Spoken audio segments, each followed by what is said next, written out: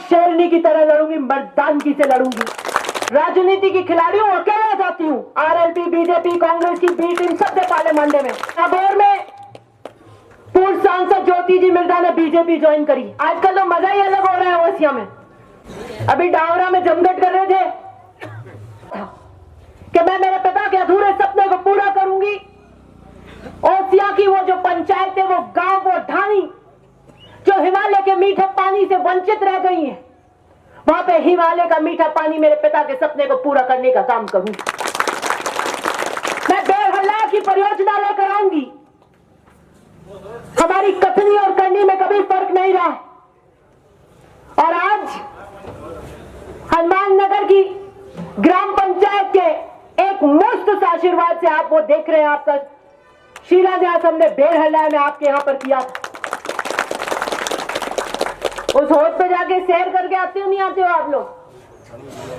वो जब पानी से लबालब भर जाएगा, तब आप जहां तक नजर जाएगी, आपको ऐसा लगेगा जैसे कोई महाद्वीप, कोई समुद्र यहां पर है। और सिर्फ ये ऐसा नहीं है कि पीली टंकी में वहां से पानी जाएगा और पाइपलाइन से आपके पानी आएगा। इस रिजर्वायर का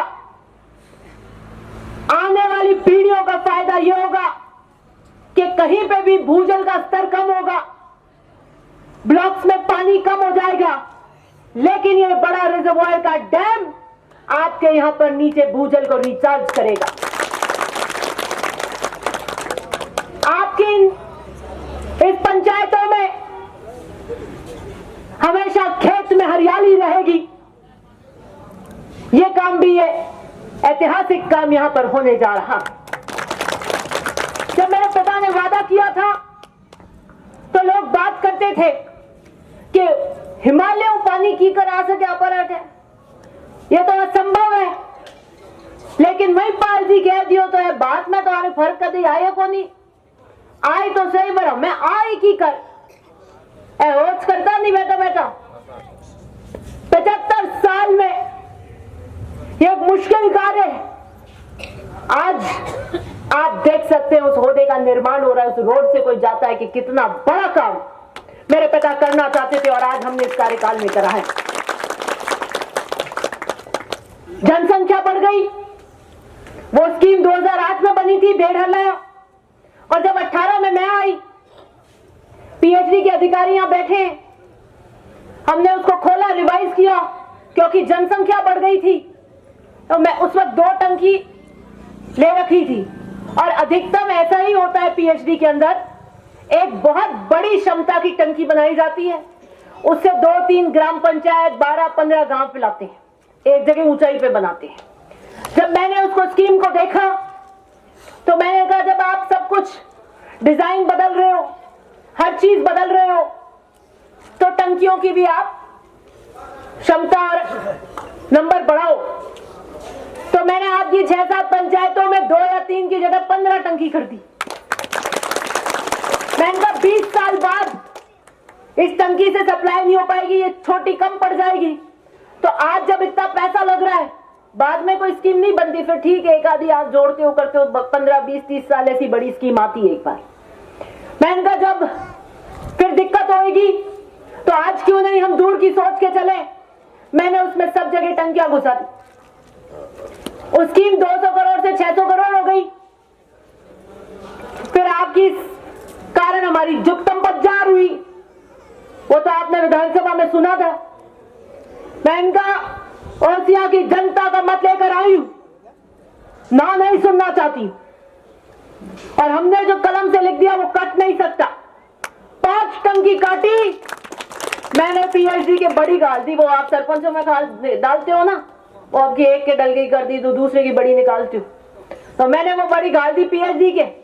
मैंने कहा 5 काटी तो 21 लेंगे, कह नहीं साहब हम 5 कर देंगे। मैंने कहा 5 तो कराएंगे, कर क्या दोगे? 5 काटी क्यों? या तो सस्पेंड हो, काटी क्यों आपने? हम वादा करके आए जनता से, जनता के बीच में जनता के हित के काम हमें करने हैं। वो 21 टंकियां ली, कहां है पीएचडी? कितनी ली? कोई कह रहे हैं कि नरम रहना चाहिए, ऐसा रहना चाहिए, नरम रहता नहीं तो मैं 5 ही उड़ जाती, बच्चे की नहीं मिलता, मिल तो गई। तो आप बता दो नरम रहूं कि कड़क रहूं?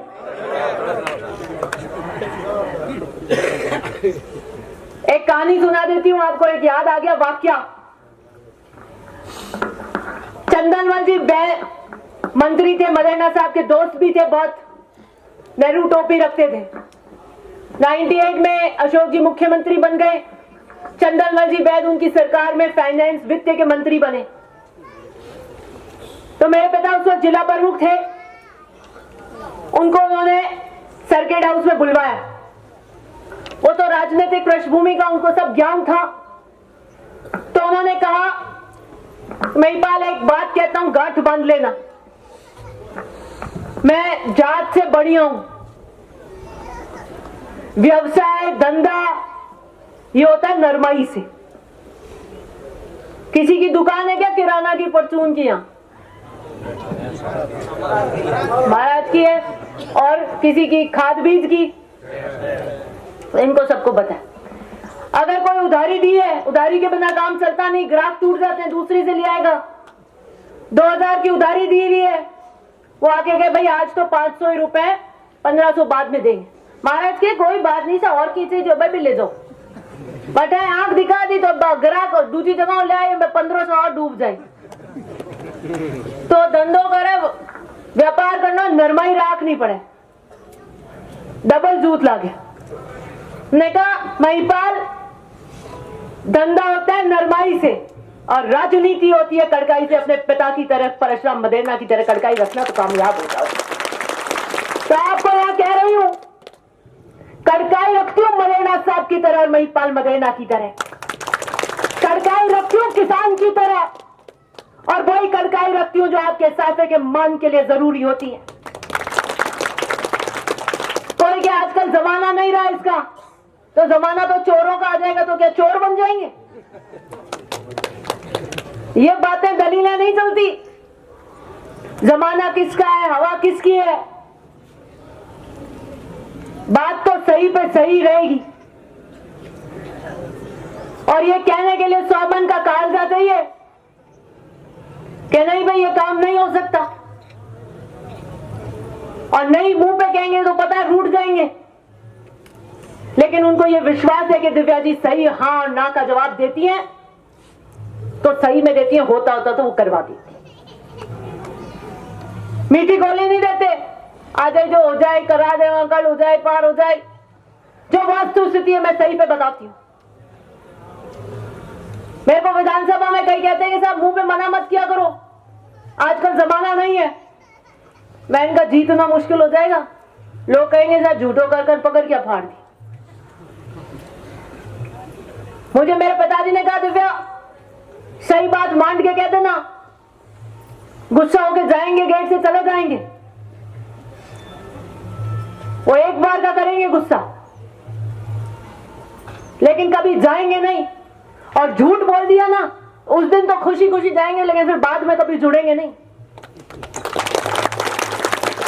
राजनीति पैठ से होती है, राजनीति विश्वास से होती है, उसके लिए जमानी पड़ती है, तपना पड़ता है। एक तो कूलर बंद कर दियो, तप रही है, तो महंगा बेला ही तप, मैं ही तप, वहां जाता। अभी डावरा में जमघट कर रहे थे, देखा था, सारे के सारे स्टेज पे, मेरे जितने खिलाफ थे वो स्टेज पे, बीजेपी कांग्रेस सब बैठी हो गई। कोई कह रहा हमारे को पुलिस ने रोक दिया, जाने नहीं दिया, कोई कुछ कोई कुछ। कबड्डी का पाला होता है, एक खिलाड़ी जाता है दूसरे के पाले में, वो दो की 6-7 टीम बना के रखते हैं कि घेर लेंगे, घेरा डाल देंगे। एक जाता है खिलाड़ी, तो कबड्डी के अंदर की तरह राजनीति की खिलाड़ी हूं, अकेला जाती हूं, आरएलपी बीजेपी कांग्रेस की बी टीम सबके पाले मंडे में घेरा डालने के लिए, और एक से नहीं पकड़वाती मैं, एक से नहीं पकड़वाती। आजकल तो मजा ही अलग हो रहा है ओसिया में। एक जाता है, वो सोचता है ये पहुंच गया, मैं नहीं पहुंचा, मेरी टिकट कट जाएगी, वो पहुंच जाता है, 30 तीसरा जोधपुर में होता है, पता लगता है वो दो पहुंच गई, तुम नहीं हो। वो 120 की गाड़ी दौड़ाता है, वो भी पहुंच जाता है। कोई खाना देता है, कोई जन्मदिन मनाता है, कोई सवामणी करता है, कोई घर का करता है, कोई दूसरा भोज करता है। एक ने गाल दिया तो दूसरे को करना जरूरी हो गया, भेड़ चाल हो गई। वो कह रहा है कि वो पहुंच जाए, मैं नहीं पहुंचू। समझ ही नहीं आ रहा क्या हो रहा है। अरे टिकट जिसका आ जाए वो दौड़ लेना, ऐसे नहीं बोर्ड बेड़े होते यूं जेब में। एक कहानी और सुनाती हूं आपको। आमंत्रण के अभाव में, किसी आमंत्रण के अभाव में किसी स्वाभिमानी मनुष्य के लिए जाना कोई श्रेष्ठकर क्रिया नहीं होती। शिव की पत्नी थी, अर्धांगिनी थी, सती, पार्वती से पहले। बाद में उन्होंने जन्म लिया, वो पार्वती के रूप में बने।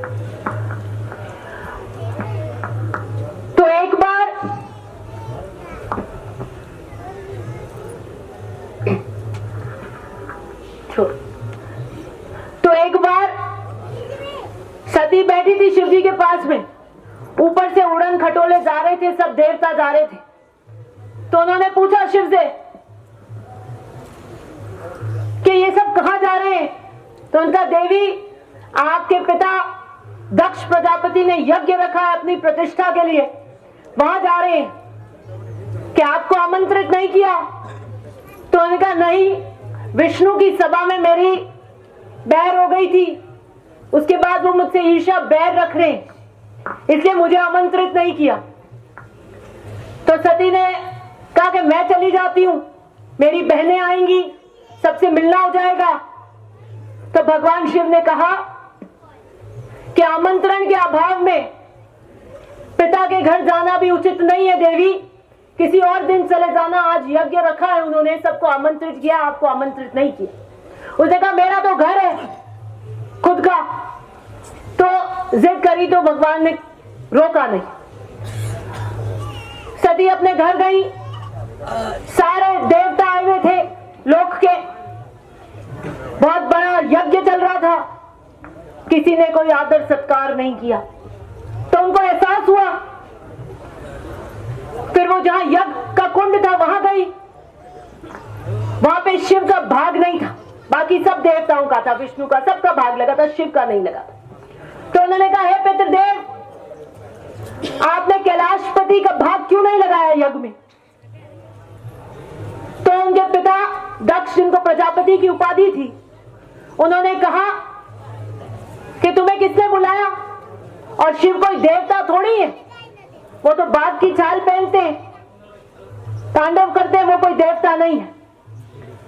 और तुम भी ऐसे आए हो, तुम्हारी देखो बहनें थी गहनों से सोजित। तो सती को एहसास हुआ कि शिव सही कह रहे थे, बिना आमंत्रण नहीं आना चाहिए था। लेकिन जब उन्होंने शिव के खिलाफ बोला कि भाई आप तो देवता ही नहीं हो, उस वक्त उसको बहुत आत्मगिलानी हुई। उसने वहां बैठे सब देवताओं से आह्वान किया कि आप शिव जो कैलाशपति हैं, जो मंगल के प्रतीक हैं, बीच में मत करो आप, जो मंगल के प्रतीक हैं, जो क्षण में पूरी की पूरी सृष्टि को क्षण भंगुर कर सकते हैं, उसके बारे में आप सब अगर यहां बैठकर सुन रहे हैं तो सही नहीं। और वो यज्ञ में कूद जाती है। जब शिव को पता लगता है, वो आते हैं, सती को निकालते हैं, और जब वो पूरी जली हुई उनके हाथों में होती है तो शिव बेसुध हो जाते हैं। जब शिव बेसुध होते हैं तो पृथ्वी घूमना रुक जाती है, हवा चलना बंद हो जाती है, सृष्टि रुक जाती है, और पूरी सृष्टि में त्राईमामम हो जाती है।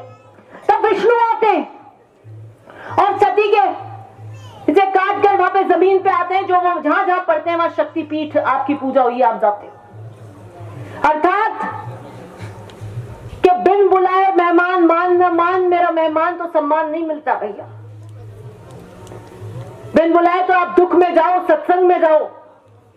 आजकल पता ही नहीं क्या हो गया है, भग रहे, कोई किधर, कोई किसी को पुलिस रोक रहा है, कोई कांग्रेस के कार्यक्रम में जाना चाहता है, कोई कहां जाना चाहता है, कोई समझ ही नहीं आ रही है कि वहां जाएंगे तो हम पता नहीं क्या दिव्या को घेर लेंगे, हम वहां पहुंच जाएंगे तो पता नहीं क्या दिव्या को घेर लेंगे। कोई आकलन नहीं कि क्या है, कहां जा रहे हैं। आमंत्रण भी बहुत आते हैं तो उसको भी तराजू में तोल के सोचना पड़ता है कि यहां जाएं कि नहीं जाएं। सोचना पड़ता है, नहीं पड़ता है? फिर आप वहां जाएं, सत्कार नहीं हो, फिर नाराज हो और फिर को हमारा तो, हमें तो जाना था, हम तो गए, हमारा जाना जायज था। तो ये बात कोई पार नहीं पड़ती, दुनिया देख रही है। मैं कोई वोटों की झोली भरने के लिए नहीं जाती, ऐसे उसूलों की राजनीति करती हूं और कड़काई से करती हूं और आपके वोट के दम पर करती हूं, आपके विश्वास पर करती हूं।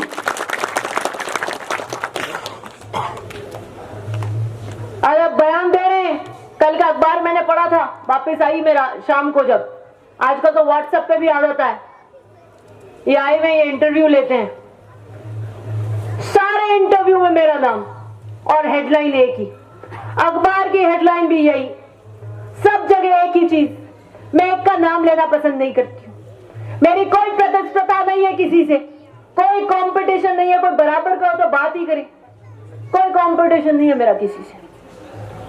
वो सोच रहे हैं हम दोनों एक हो जाएं, हम दोनों एक हो जाएं, पता नहीं है तुम्हारे भी हाथ कब छूट जाएंगे, कौन किसको धक्का देगा यही खुद का नहीं पता। लेकिन क्या पता एक बार इनको रोकें फिर पाला मांडे। कितनी अस्थिरता आपकी हो रही है। 52 में हमने यहां से चुनाव लड़ा, 57 में लड़ा, 62 में लड़ा, फिर भोपालगढ़ चले गए, फिर 2008 में वापस यहां से लड़ा, अब 23 का चुनाव लड़ेंगे। कांग्रेस के प्रति मेरी निष्ठा पर कोई प्रश्न चिन्ह नहीं लगा सकता। आज नागौर में पूर्व सांसद ज्योति जी मिर्धा ने बीजेपी ज्वाइन करी। भारी क्षति है किसान वर्ग को। बलदेव राम जी मिर्धा के साथ नाथूराम जी मिर्धा, मदेना साहब ने शुरुआत करी थी किसान राजनीति का झंडा बुलंद करने में। क्या परिस्थितियां मारवाड़ की तब होती थी, मतोड़ा में गोलियां चलती थी, नहीं चलती थी। मदेना मिर्धा वो है जिन्होंने राजस्थान के किसान को पेट काट कर उनके लिए सेवा करी। अब गावरा में मेरे खिलाफ जमघट कर रहे थे कि इस लड़की का भी हाथ मरोड़े, फिर कह रहे हैं कि साहब मुख्यमंत्री जी की छोड़ो, ये तो पीएम को नहीं गिनती। मैं नहीं जाती पीएम, मेरी पार्टी के नहीं है। वहां तिवरी के अंदर एक कार्यक्रम था, मैं नहीं गई। स्वागत है अगर वो कुछ देते हैं, मेरी विचारधारा अलग है और बिना आमंत्रण के भी मैं नहीं जाती हूं। मुख्यमंत्री जी से एक विधायक के रूप में मेरा क्या संवाद होता है वो यहां पर कहने की बात नहीं होती। लेकिन इस कार्यक्रम का जो राजनीतिकरण किया गया, जिसकी बागडोर इनके हाथ में थी, जिनके घर के बिल्लारा, पीपार, भोपालगढ़, सारे घर के 10 जने वहां बैठे थे। 4-5-10 जनों का जो आवेदन किया वो सारे उसकी बागडोर संभाले हुए थे। फिर अपने वाले 2 बीजेपी भी वहां चले गए, पुलिस रोक दिया और बाद में कह रहे हमें रोक दिया। तो वैसे ही आपको पता है 8 में, 13 में, 18 में आप सब अंदर ही अंदर एक थे। क्या जानती नहीं क्या वो यहाँ की जनता, सबको पता है। अब वहां खुले खाते ही दिखा रहे हो कि हाँ हम देखो एक है दिव्या मदेरणा के खिलाफ, दबा के दिखाओ। अब तो पर्दे के पीछे भी नहीं करते, अब तो खुले आम में कि हम यहां हैं। इससे उत्पन्न जिनके घनश्याम सिंह जी जो थे वो बद्री जी के साथ साथ गए, पांडा बराबर रख के मेरे वहां पे आवेदन कर रहे थे, फिर मूर्ति का कार्यक्रम किया। इससे उत्पन्न जो राजनीतिक परिस्थिति धरातल पे उत्पन्न हुई वो स्थिति मैंने मुख्यमंत्री जी को बता दी और मुख्यमंत्री जी जानते हैं कि दिव्या स्वाभिमान से समझौते नहीं करती है।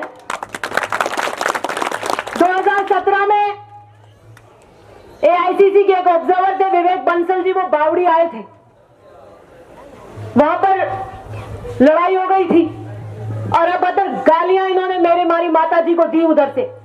उसके बाद मैंने कह दिया, मैंने कहा ओसिया के अंदर मैं इनके साथ स्टेज शेयर नहीं करूंगी।